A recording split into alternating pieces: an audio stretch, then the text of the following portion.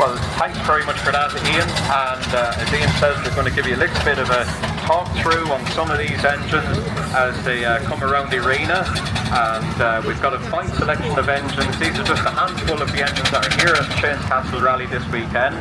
And we may as well keep them going now that they're moving.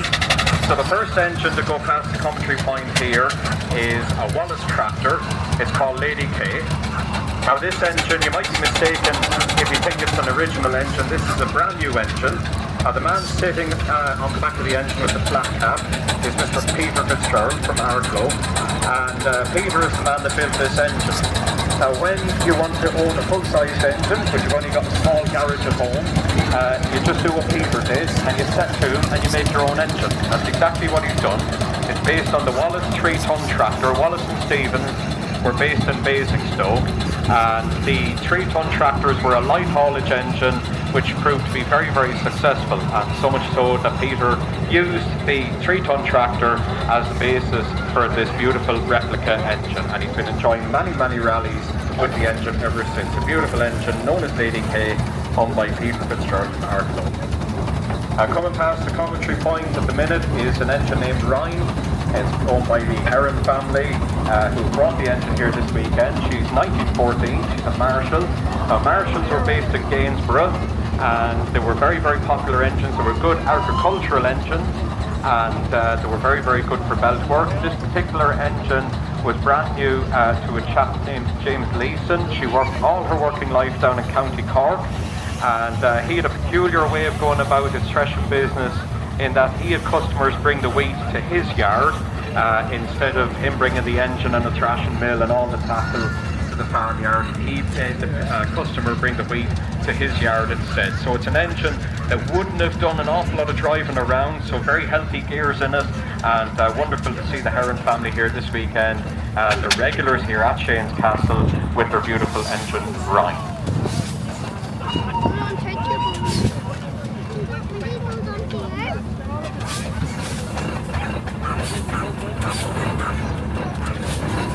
Now next up past the commentary point is an Aveling and Porter tractor, or an Avalon and Porter tractor, and this engine is one that has not been here for a number of years, probably back in 1992 or so she was last here, owned by the late Bob Edwards.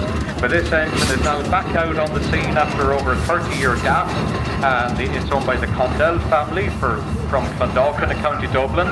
She's an engine that was supplied new to Antrim County Council, so very much a local engine throughout her working life, and then when Bob had it, then he restored it and rallied it very extensively up until the early 90s. So great to see the engine back out again.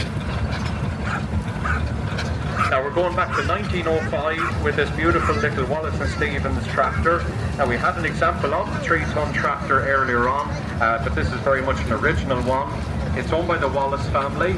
The Wallace family bought this engine. There was very little left of it, and they've done an amazing job of bringing this engine back to life again. They restored it in the early 2000s. I can remember reading about it. It went to the Great Orchard Steam Fair in 2003 when she was just freshly restored.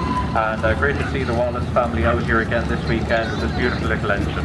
3-ton tractor, a light haulage engine, and a very, very popular product from Wallace and Stevens. Amazing stuff. Now we had a light haulage engine a minute ago, we've got a heavy haulage engine next. We're going to the Glynns. This is Wesley Glynn and his family from County Carlow. This is a McLaren engine, number 701. It was built in 1900. It's named Jim after Wesley's grandfather, and it's been very ably driven this weekend by young Mr. Clive Glynn.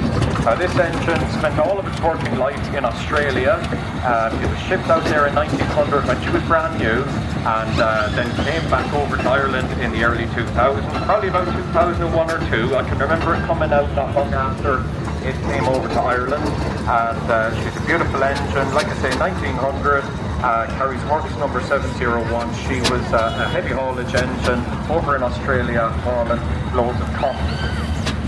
Going past the commentary point next is a Marshall engine. It's been very ably driven there by Mr. Kieran Flanagan, County Meath. The engine hails from County Wexford. This is Lady Marion. She's a Marshall engine as well, built in 1910, but she's what's known as the faithful design.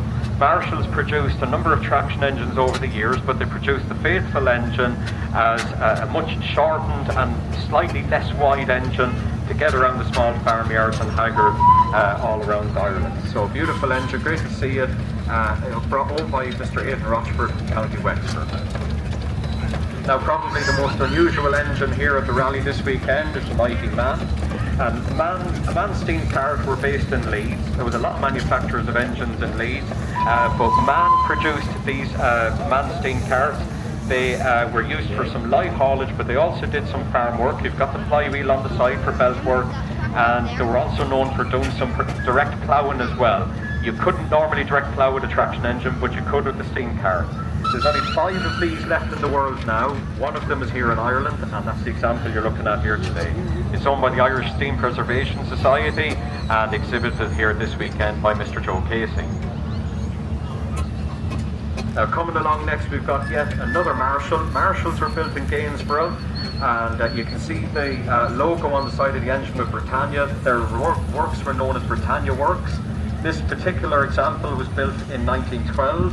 It's owned by the Tompkins family from County Carlow, an engine which has been coming up here for the past few years, ever since the Tompkins family bought it a few years ago. They bought it in 2013.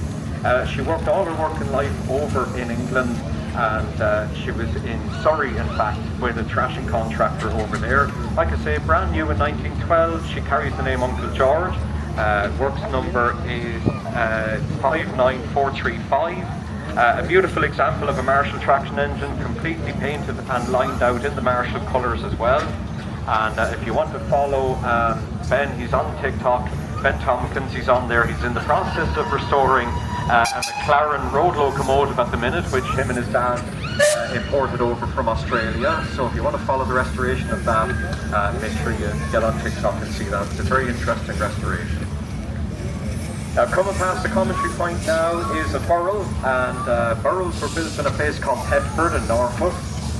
Now there's always this competition amongst engine men as to who produced the best engines, and quite a number of people shared the opinion that Burrell built the best engines. They always said Charlie Burrell was the king of them all.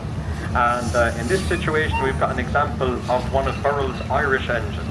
Now they built very few of these, but they were an engine that was built specifically for the Irish market. I think Burrell's had a very clever marketing department, and suffice to say that they built engines to suit the markets for which they're intended.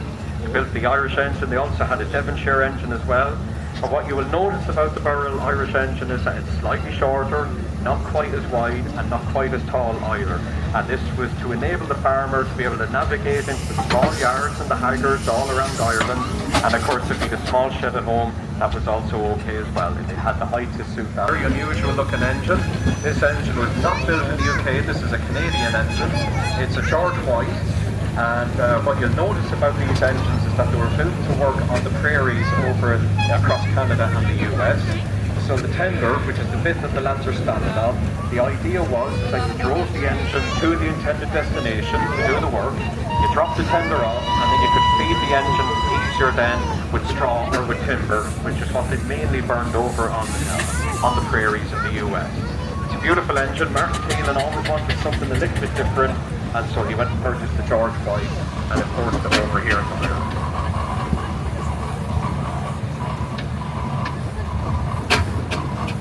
Now we're moving on to another maker of engine that were based in Lincoln, and this is a Roby engine. It's a beautiful engine. She was built in 1914, and the man driving that is Mr. Eddie Fox. And Eddie was very, very fortunate to be able to buy this engine back over from the UK a number of years ago.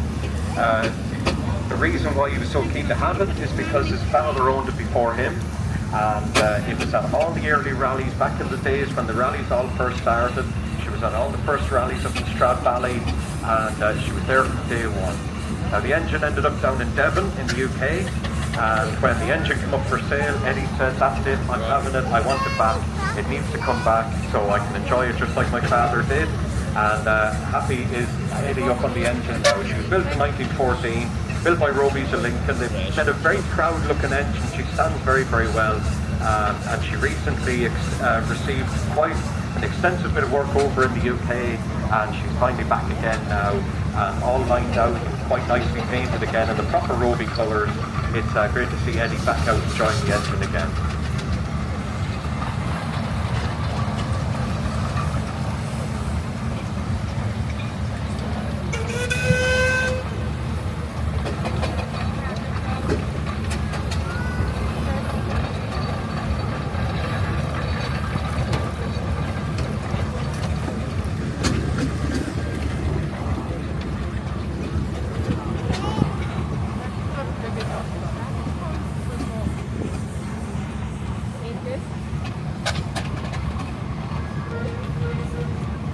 So we've got all sorts of engines coming around here, but this is probably the most stunning engine, or stunning example of an engine.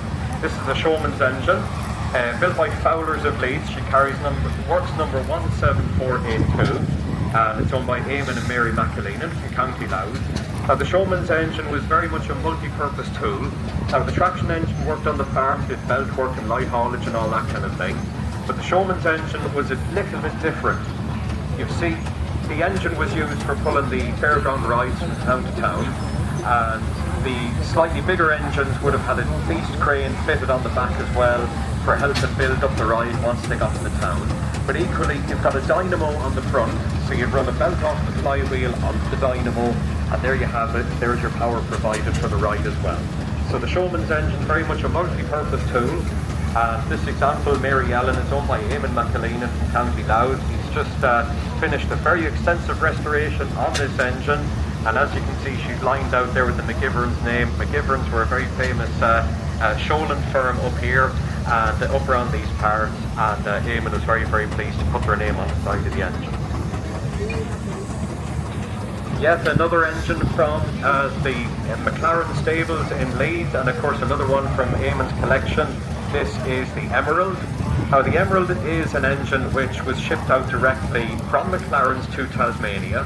And she worked all her working life out there. She had a very, very difficult working life out there. She was incredibly worn out by the time Eamon bought it. He brought the engine back over to Ireland in the early 2000s and carried out a very, very extensive restoration. This is a beautiful example of one of McLaren's heavy haulage engines. This engine will be capable of pulling well over 30 tons on her own. No doubt about it, a very, very powerful engine. And Eamon would have rallied this engine quite extensively at the Dorset Steam Fair over the years.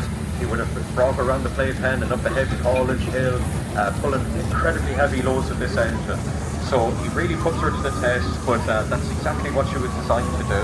A beautiful engine. It's been on the scene now since the early 2000s. And Eamon is certainly very proud of it. Built in 1911, and a perfect example of a good, genuine heavy haulage engine there. And yet we go on with another engine from Eamon's collection. He's been building up a beautiful collection of engines over the past few years, and we're very, very fortunate to have this engine back. This is Kinsale, built by Fowlers of Leeds. She carries work number 21647, and Eamon is very, very pleased to have got this engine back. This Fowler worked all her working days in County Cork, but she ended up in preservation over in the UK. She went through a succession of owners over there over the years, including Mr. Frank Lithgow, who was a very early preservationist in the UK. But when the engine came up for sale last year, Eamon said it would be good to see an Irish engine back over in Ireland again, and so he purchased Kinsale, and we're very pleased to see it out and about again. This is her first rally out now in Eamon's ownership, and been very ably driven there by Callan. So it's great to see the lads back out and about again, and it's great to see Eamon have such a selection of engines here this weekend. Now this is an incredibly rare engine, and I can't emphasise that enough. Savages were a manufacturer of engines based in Kings Lynn, and they specialised primarily in centre engines for fairground rides, but they did dabble in the manufacturing of traction engines. They didn't make many, and they made so few in fact that this is the only surviving example now.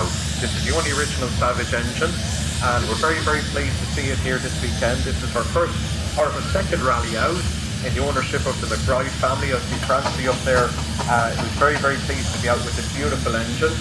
It's an incredibly rare engine. You know it's an early one because the front of the boiler just juts out a little bit beyond the front axle. And we're delighted to see this beautiful engine preserved over here now in Ireland, and very ably driven here today by the owner, Mrs. Francie McBride. And congratulations to the McBride family on the purchase of such a rare and beautiful engine. It's great to see it out and about now.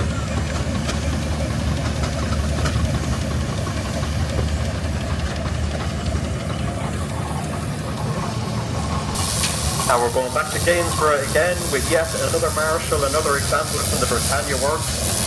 Being very ably driven here today by Mr. Ryan McKendry, being steered by his sister Hannah. This is a beautiful engine that's known as the Maid of the Mist. Maid of the Mist spent all of her working life here in Ireland as well, and we're very pleased that the McKendry family have brought it here this weekend. You'll find them up there with their Fowler Showman's End and Headway as well. Maid of the Mist is a Marshall, like I say, they were built in Gainsborough, and Marshalls sold very, very well over here in Ireland. They were very simple, much like the Ransom's engines. They were a good thrashing engine as well, and we're very, very pleased to see them here this weekend with the Marshall Maid of the Mist, a beautiful engine owned by the McKendry family. Yet another Marshall again, and this one is owned by the Kelly family from County Wexford. We're very, very pleased to see it come up all the way to County Wexford as well. This is an engine named the Colleen Vaughan. She was built in 1900. She was new to the Keating family in a place called Spink in County Laois. Now Spink is it's not really on any maps, but you can certainly it was certainly on the map for thrashing engines back in the day when the Keating family owned it. They had several engines, including the Colleen Vaughan, and like I say, built in 1900. One of the very early engines in preservation here in Ireland. She was at all the early rallies down in Strathvalley and Upton in County Cork.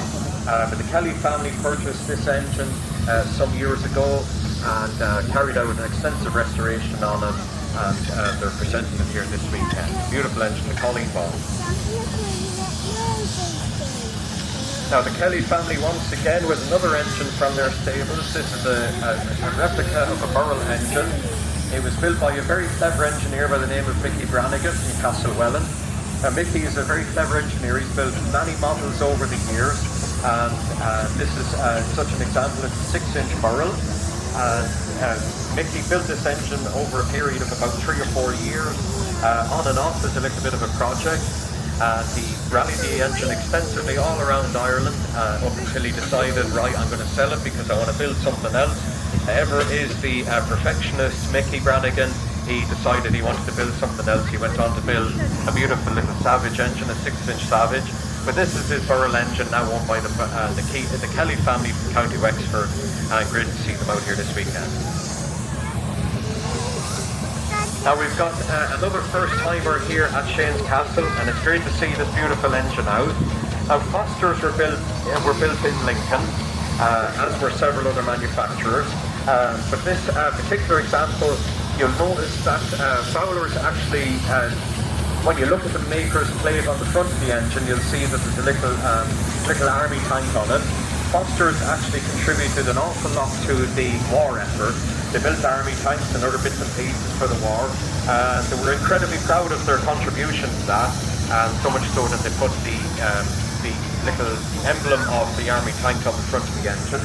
However, this engine is their first time here at Shane's Castle. It's only just recently been bought by the present owners. It's a beautiful engine. Foster's were very threshing engines as well. They did great work on the belt, and it's wonderful to see this beautiful example of an engine on her first visit out here at Shane's Castle. And yeah, we're very pleased to see it here. They're going around there now. It's named Independence. I'm not actually sure why it's been named Independence, but there was always a reason why these engines received their names. You'll see that they've got names of people, usually after a relation or something like that, but in this case, it's been named Independence. They all had powerful names over the years. That's a beautiful engine, great to see it here. 1927 now, this is a Marshall S-type engine. S-type, they were a double crank compound engine, beautiful thing. Double crank compound means that they actually use the steam twice. It was a way of the manufacturers using the steam twice and trying to make the engine a little bit more efficient. So you've got a high pressure cylinder and a low pressure cylinder on the engine. The steam goes into the high pressure cylinder first, and then it's fed into the low pressure cylinder then to be used for a second time. Some manufacturers managed to get it right, and they were fairly efficient. But it was certainly an interesting project, and certainly made a number of engines a lot more efficient. So we're going back again to Foster's of Lincoln. This is the Carlisle family with their beautiful engine known as Pioneer. She was built in 1914. This engine actually worked in King's Lynn. She was owned by a contractor over there, and the Carlisle family wanted to buy a full-sized engine, and so in 1994 they realised their dream and bought this wonderful engine. Built in 1914, Foster's, built in Lincoln, and this is a single cylinder example. Now we had a double crank compound just now, but this is a single cylinder example. This is a pretty simple way of building an engine. It made it a very efficient engine for thrashing and belt work and that kind of thing, but it was very much an agricultural engine through and through. So that's an engine known as Pioneer. Like I say, she worked all her life in King's Lynn, and is now over here in Ireland in preservation with the Carlisle family. So all in all, we have 21 engines here in the arena, but that's 21 of the 45 that are here this weekend at Shane's Castle. So I think what we could do, we could have take a bit of a whistle up if the lads are all on their engines. I'll give you a quick countdown, and we'll hear the whistles and see how much noise we can make. So if everyone is ready, we'll go in 3, 2, 1.